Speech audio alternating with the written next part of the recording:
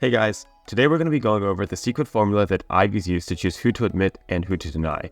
And we're going to also be talking about how you can use this formula to help improve your chance of admission. So I'm sure we all know that the Ivy League is a group of very, very prestigious universities, but out of these, we're only going to be looking at one and using it as a case study. This will be the University of Harvard. And this is because, I'm sure you guys all know, there was the Supreme Court case where there was like affirmative action. Basically, Asians were suing Harvard, and a lot of data got leaked, not just in the Supreme Court case, but in a lot of the cases prior. For example, at the state level, a lot of documents became publicized about how exactly Harvard decides its admissions. So we're going to be using those documents, and I link them in the description to show how exactly Harvard chooses who to admit. So stage one of the two application stages is the preliminary read. And a good amount of applicants will get through this process, but not all of them. Here, you basically, you get read by one admissions person. Normally, it's going to be an area person. So if you live, for example, in Canada, there'll be a person responsible for the entire country of Canada, or maybe your province, which is basically equivalent to a US state. Same thing, for example, if you're in like a different regional state. So Harvard will rank you based on, or at least the admissions person who's reading your file will rank you based on 5 different ratings. There's obviously the first 3, which are pretty obvious, the academic, extracurricular, and personal ratings. So, is your personality good? Are you smart? Did you do extracurriculars? And then there's 2 other ratings.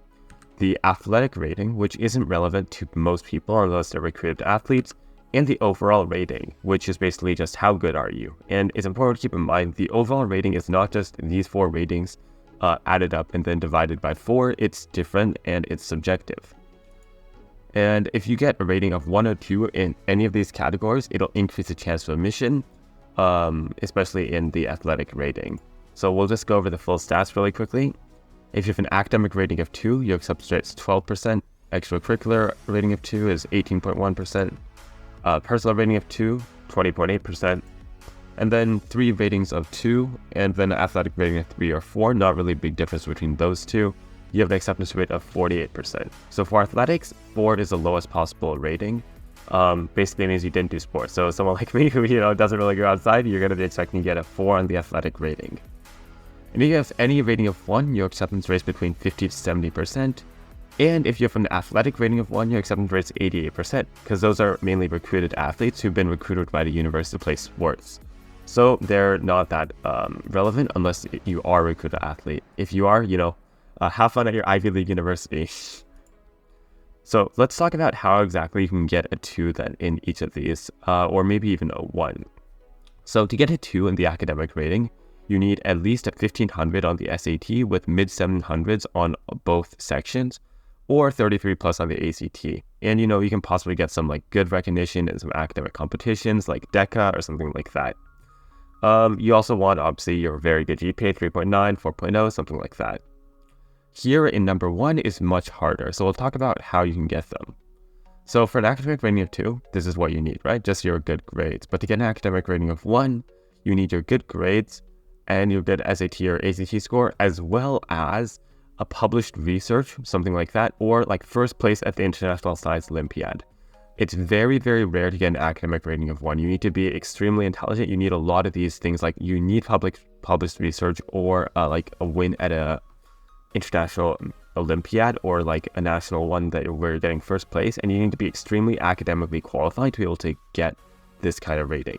Most students will not be able to achieve a 1, but that will not discount you from getting admitted. Remember, if you have an academic rating of 2, you already have a 5% advantage over the average student. So let's go on to the next section, the extracurricular rating. So this rating is basically just based on all the things you have put in the extracurriculars and maybe your honor section as well. So if you want to get a 2 in the extracurricular rating, you want to be something like the class president, the newspaper editor, or like a major role in one club, at least at your school. Something important to note here is that it's more about quality and not quantity. If you're a member of 10 clubs, that's going to be overshadowed by one person who is a president of one club and puts in like a lot of effort and makes that club really, really stand out in their application. So you want to be basically focusing on 1 or 2 like things that you're really good at, and then just using those in order to get this 2 on the extracurricular rating. Also, there's 5 and 6 here, which basically those are special cases. You can read over this, but most people will not have to deal with a 5 or 6. And 5 or 6 applicants are evaluated a bit differently. All right, and then to get a 1 in the extracurricular rating, it's very difficult. It's even harder than an academic rating of 1. You need to have done something that's extremely impressive. Something like, you're solving an entire problem in your country. For example, you're like making 25% of the progress to ending hunger or something like that. That's a bit of an exaggeration, but you need something that's really, really impressive and that nobody else at Harvard or like 1 or 2 other people at Harvard have done. So even when you're compared to the average student at Harvard, your extracurricular achievement will still seem impressive. All right, now an athletic rating, it's just sports. If you are varsity level, you get recruited, 88% acceptance rate, easy peasy. But some people, if you have like a 2, 3, or 4, not really going to help you too much. A 2 might help you a bit, but a 3 or 4 isn't really going to help you. Sports isn't too important, especially if you're watching this in grade 12. It's pretty hard to improve this rating, but you can read over this and pause the video if you'd like. And finally, it's the personal rating. So this rating is definitely the most subjective out of the 4, and it's highlighted because this was actually an important part of the affirmative action lawsuit, so it was highlighted in the doc that I got. But basically, to get a personal rating of 1 is the most difficult personal rating to get. It's even harder than athletic, but maybe like 10% of Harvard students are recruited athletes. To get a 1, you need to have done something that's like makes you extremely special on a personal level. And you need to basically have some of these things here, which, these are very subjective words, but if you have a personal rating of 1, you should be able to tell in your mind that you have a personal rating of 1. That's the best advice I can give. Most people don't even get a personal rating of 2. Even admits sometimes don't even get a personal rating of 2 just because of how subjective this category is. Basically, you want to be like a leader, you want to be mature, you want to have reflection in your essays, and you want to have support from your recommenders. To actually figure out how exactly the personal rating is determined, because I think that's more helpful than trying to come up with some specific criteria, we'll talk about how it's chosen. The personal rating is dependent on 3 factors, which are the letters of recommendation, the essays you write, and the interview. And the interview is something that's actually able to bump up your personal rating. So if you had, like, for example, a 3+ here, a good interview could bump your personal rating up to a 2, which would actually help you a decent amount. So don't discount the interview. And finally, the overall rating. Basically, it's just a probability of admission, and it's not the 4 ratings added up and divided by 4. It's more of a subjective rating by the person reading your application. People with a 1 have a 100% acceptance rate. People with a 2 have around a 50 to 60% acceptance rate. 3 have a 10 to 20%, and below that, it's very, very difficult to get in. Basically, if you're like really strong, for example, you have a 1 in the academic and 1 in the extracurricular rating, you're probably going to get a 1 in the overall rating. But even if you just have a 1 in the personal rating, you could still also get a 1 in the overall rating. And even if you just have a bunch of 2+, which are basically 2s but like a bit better, in the personal, extracurricular, and academic rating, you could also get a 1. If there's something special about you that is that basically makes you a really strong contender. Most people get a 2 though. Very, very little people. Less than 10% of the class gets a 1 every year. So if your application was good, maybe you got like 1 or 2 2s, you got a 3 somewhere, and maybe you even got a 1, you're going to be moved on to stage 2, which is committee discussion. And so in stage 2, what will happen is basically you'll be your application file will be put into a committee of like 10 people, all admissions officers, and they'll basically see your admissions officer will make a case for why you should be admitted, and then everyone else will discuss, hey, should we admit the student, waitlist, or deny? So let's take a look at the discussion guide to the 2012 Casebook. This is basically a document, which I've linked below, that contains a few example cases of students which have made it to the stage of this committee and what actually happened to them. So we'll take a look at this case of Melissa Guzman de Jesus. So first of all, we see these 4 ratings. The overall rating unfortunately isn't included, but They have a 3+ academics, 2 extracurricular, 4 athletic, and 2 personal rating. And their appeal. So the appeal section basically means why exactly should we admit this student, what's good about them. First of all, there's this race thing, which isn't that relevant anymore because of affirmative action. We don't really know what's going to happen, so I'm not going to talk about this a lot for now. Maybe we'll make a video on it after early decision results are released and see maybe something happened, right? But the next, and something that's still considered, is your family background. So that means, are you rich? Are you middle class, or are you like a lower class, were you born in a lower class family, right? If you're in a very rich family, the bar to admission becomes much higher than if you come from a lower class family. And the reason for this is because you are assumed to have more money and more opportunities than other people, and you're able to basically get funding, for example, to go on trips around the world. You can do things like get a lot of tutors for your academics or your SATs, go to a rich private school where, create inflation, something like that. If you go to a lower class environment though, then the barrier for admission goes lower because you probably won't have the same opportunities. So what this really shows is that her achievements, Melissa's achievements, are more impressive because of her family background. This is the same thing here, just talking about the family background, what the parents have as like their education, etc., etc. Something else is that she has a very good time management, and here with the work commitments is actually kind of important to note. Basically, this means that you're basically having a part-time job, and it's actually something that kind of appeals to universities, because if you can balance having a part-time job and all these other like extracurricular and family commitments, it shows you have a good time management, and you're going to be able to do well at Harvard. So you won't be submitting your assignments at 11:59 p.m. like a lot of people do. The other two are too relevant, but this one here basically means that she had a lot of support from her guidance counselors and a really good interview, and that's going to help her get in. These things above, basically, they're not that relevant with the family and the community. So these are the pause factors. So why this student wouldn't actually be admitted.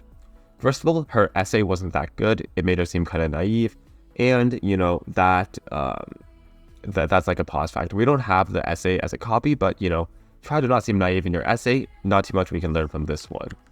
The second one though is here, where it says that pre-med is going to be an adjustment. And this is because of her 3+ in the academic rating. If you have a 3+ in the academic rating, it's not going to discount you, but it's definitely going to make you a harder admit than someone with a 2. And that's because it's more likely that you're going to struggle when you academically at Harvard. You're going to have to spend a lot more time studying than average students. And if you aren't used to an academic rigor in a vigorous environment already, you might even drop out of Harvard. And that's something they don't want to happen. Good thing she has a good work ethic, probably from her work experience of family commitments, and that basically mitigates this 3+. The final thing here is that her extracurricular niche is not clear, which basically means that there's no specific one extracurricular that the admissions committee is like, okay, at Harvard she's gonna do this, she's gonna be part of the Harvard debate team, and then she's gonna go to the World Debate Championship, or she's gonna become like a leader of a community service club or something like that. There's no clear extracurricular niche. And even though she has a lot of interest, it's still kind of a debuff because she might not be the strongest contender in any of those specific interests that she's good at. We'll talk a bit more about that later. And what happened was that the interview tipped the scales for her. She had a really good interview, and she was the last person admitted before letters actually went out, and then she was enrolled. So that's pretty good.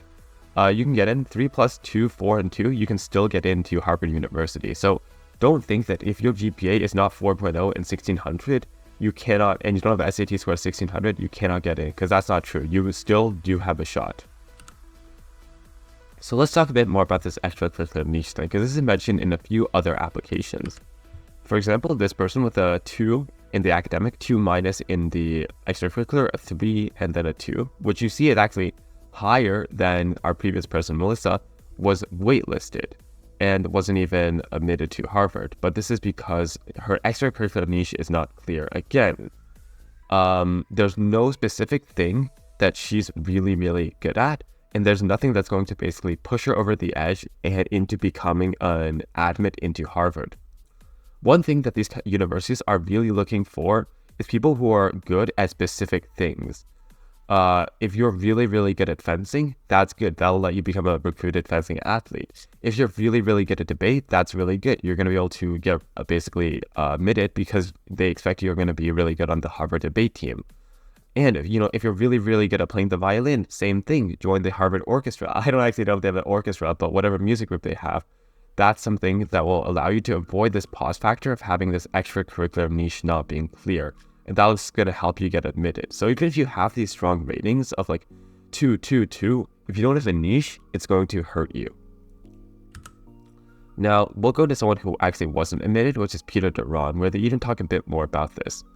Basically, he didn't have that many good extracurricular achievements compared to the other applicants. And for example, he wasn't the captain of the robotics team or anything like that. And that shows that there's not really any extracurricular that he's going to be able to excel at while at Harvard.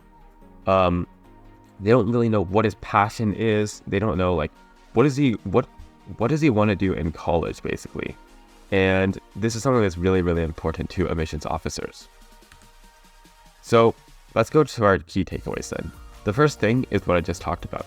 Extracurricular niche is important. The second thing is that interviews are a very good opportunity for students to highlight things not discussed in the rest of their application. And the third thing is that race used to be relevant, but we'll see how relevant it is in 2023 and 2024.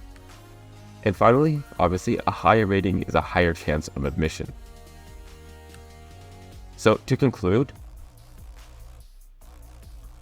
if you want to get admitted to a university like Harvard, you want to be getting multiple Pearl Hard ratings of at least 1 or 2, and you also want to have a specific niche that you're going to be able to excel at on university campus.